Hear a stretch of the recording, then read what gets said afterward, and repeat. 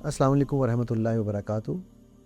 آج میں آپ کے ساتھ جس ٹاپک پہ بات کرنے جا رہا ہوں وہ میرے سے بہت زیادہ سوال یہ پوچھا جاتا ہے کہ سر میں ڈپریسڈ ہوں۔ آج کل میں نے ایک جملہ بولتا ہوں جس کے لوگوں نے اکثر جو ہے وہ میرے جو کلینکل سائیکالوجسٹ دوست نظر آتے ہیں، بچے بچیاں ہیں، وہ سارے ناراض ہو جاتے ہیں، سر آپ یہ نہ کہا کریں، لیکن میں مجبور ہوں میں یہ کہنے پہ، بیکاز آج کل ڈپریشن ہمارا نیا فیشن ہے۔ Depression is the new fashion.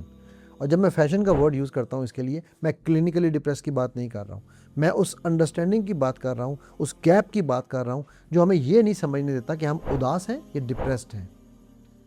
یہ دو مختلف چیزیں ہیں، ان کے درمیان وہ لائن ڈرا کرنی بڑی ضروری ہے۔ یہ سمجھنا بڑا ضروری ہے کہ میں ہوں کیا، میں کس اسٹیٹ میں ہوں، کس سٹیج میں ہوں۔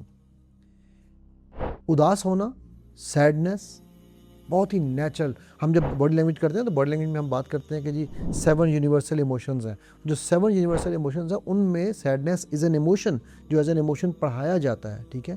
کئی دفعہ آپ نے دیکھا ہوگا آپ کا بچہ ایسے بیٹھا ہوتا ہے، اداس ہو جاتا ہے۔ اداس ہونا بالکل نیچرل چیز ہے۔ انبیاء بھی سیڈنس میں سے گزرے۔ نبی صلی اللہ علیہ وسلم کے تو زندگی میں عام الحزن نام دے دیا گیا، ٹھیک ہے۔ لیکن یہاں سمجھنے کی چیز یہ ہے کہ کیا سیڈنس ڈپریشن کو لیڈ کرتی ہے؟ کیا سیڈنس ہی ڈپریشن ہے؟ ڈپریشن کیا، کب آتا ہے، کیسے آتا ہے، سیڈنس کیا ہوتی ہے؟ یہاں میں آپ کو کچھ ان میں ڈفرینسز پہلے بتاتا ہوں، ذرا موٹے موٹے ڈفرینسز، ٹھیک ہے۔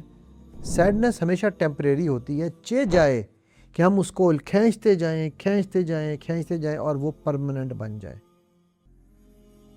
جو ڈپریشن ہوتا ہے وہ پرسسٹنٹ ہوتا ہے، ہمیشہ آتا رہتا ہے، لانگ ٹرم کے لیے ہوتا ہے، کیونکہ وہی سیڈنس جس کو ہم نے ڈفرینشیٹ نہیں کر سکے تھے، کھینچتے گئے تو وہ چوئنگم کی طرح کھینچ کے وہ ڈپریشن بن گئی۔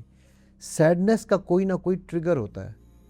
ڈپریشن کے لیے کوئی ضروری نہیں کہ ہمیں کوئی ٹریگر ہو، بغیر وجہ کے وہ جس چیز سے ہم سیڈ ہوتے تھے، اب چونکہ ہم نے اس کو اتنا کھینچ دیا ہے، اب وہ ہمارے لیے بغیر وجہ کے بھی ڈپریشن بن گئی ہے۔ سیڈنس کی ایک خاص بات ہے، سیڈنس امید لے کر آتی ہے، ہمیں ہوپ ہوتی ہے کہ ہم نکل جائیں گے۔ ڈپریشن اس کنویں کی طرح، اس کھائی کی طرح جس میں سے ہمیں لگتا ہے کہ ہم نکل ہی نہیں پائیں گے۔ سیڈنس میں ایموشنز ہمارے اوپر نیچے جاتے ہیں۔ اماں ختیجہ کی وفات، اب ان کے بعد آپ صلی اللہ علیہ وسلم کے چچا کی وفات، ٹھیک ہے، آپ صلی اللہ علیہ وسلم کے بیٹے کی وفات قاسم کی، آپ دیکھیے سیڈنس ہوئی اور پھر آپ صلی اللہ علیہ وسلم کی آنکھوں سے آنسو مبارک باہر آئے۔ ہمارے یہاں کیا بتایا جاتا ہے، کیونکہ عربوں میں یہ مشہور تھا کہ مرد کو درد نہیں ہوتا، مرد روتا نہیں ہے۔ اب وہ مرد بیچارہ اس سیڈنس کو جب تک برداشت کرنے کی کوشش میں لگا رہتا ہے تو وہ اینڈ میں جا کے ڈپریشن کی کھائی میں گر جاتا ہے۔ لیکن دیکھیے اسلام ہمیں کیا سکھا رہا ہے، اللہ کے نبی صلی اللہ علیہ وسلم کر کے کیا دکھا رہے ہیں۔ جا رہے ہیں صحابہ کے ساتھ، ایک دم مڑتے ہیں اور مڑ کے ایک جگہ پر بیٹھتے ہیں اور وہاں پر رونا شروع کر دیتے ہیں کہ آپ کی داڑھی مبارک گیلی ہو جاتی ہے۔ اب صحابہ بھی ساتھ رونا شروع ہو جاتے ہیں کہ نبی صلی اللہ علیہ وسلم کیوں رو رہے ہیں؟ پھر آپ صلی اللہ علیہ وسلم بعد میں بتاتے ہیں کہ یہ میری والدہ کی قبر تھی، ٹھیک ہے۔ سو یہ دیکھیے سیڈنس قرآن میں بہت جگہ کہا گیا ہے، غم نہ کرو، اداس نہ ہو، مایوس نہ ہو، ٹھیک ہے۔ سو سیڈنس جو ہے وہ ایک ایموشنل فلکچویشن ہے، جبکہ ڈپریشن میں ہم نم ہو چکے تو ہمیں پتہ ہی نہیں ہوتا کہ یار اچھا یہ بھی ہو رہا ہے، مجھے نہیں پتہ یار۔ سیڈنس میں آپ پھر بھی کچھ نہ کچھ چیزوں کو انجوائے کر رہے ہوتے ہیں۔ ڈپریشن میں آپ کا جو ہے نا پلیجر ختم ہو چکا ہوتا ہے، آپ کو پتہ ہی نہیں ہوتا کہ پلیجر نام کی چیز کیا ہے۔